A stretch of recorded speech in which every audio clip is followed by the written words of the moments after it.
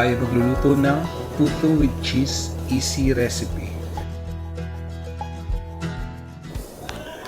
Madali lang po lutuin to. Una, pagsama-samahin natin ang mga wet ingredients. Pero bago yan, i-preheat muna natin ang ating steamer.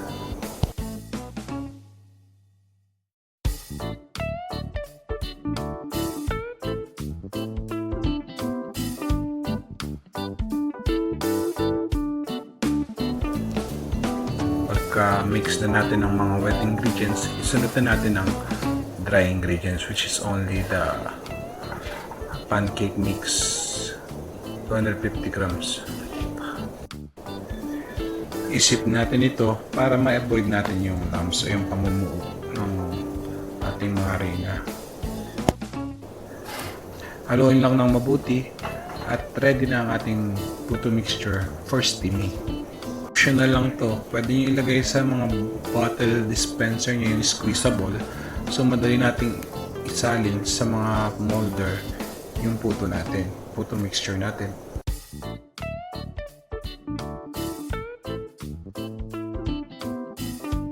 So ayan, nakahilera na yung ating mga molder.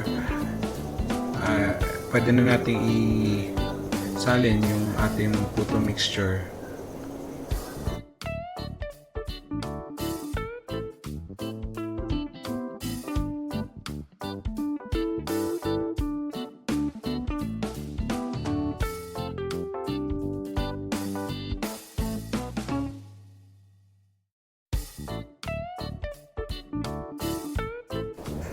Tapos ito na, pwede na natin ilagay yung cheese, or pwede ring mamaya nyo na ilagay yung cheese sa after 8 minutes na lang ng steaming para hindi siya lumubog dun sa mixture natin. So after malagay natin yung cheese, pwede natin siyang steam for 10 minutes, then luto na yung ating puto.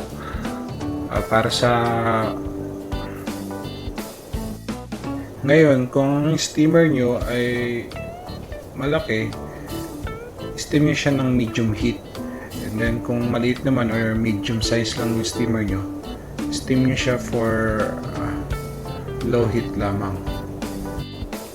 Pwede nyo ring lagyan ng cloth or tela yung takip ng steamer nyo para hindi siya matuluan ng tubig na galing sa steam. Sa akin kasi, malaki yung steamer ko, so hindi ko na nilagyan yung gilid at hindi na rin siya matutuluan ng mga ng tubig. So ito nga yung option 2 sa pag-steam, paglagay ng cheese. After 8 minutes, lalagyan na natin cheese yung ibang hindi ko nalagyan ng cheese.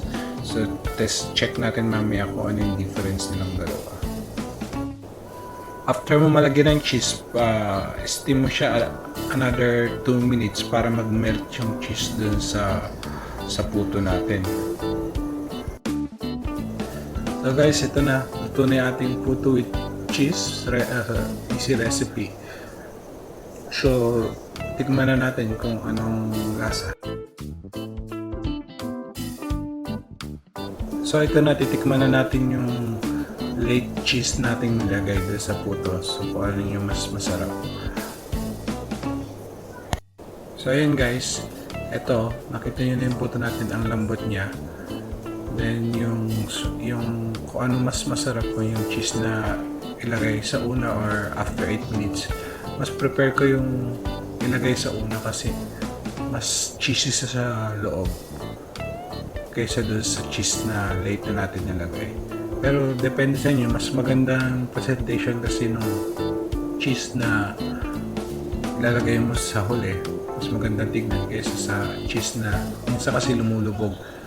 So, depende na sa inyo yun. So guys, enjoy your puto. And don't forget to subscribe, share, and like this video. Thank you.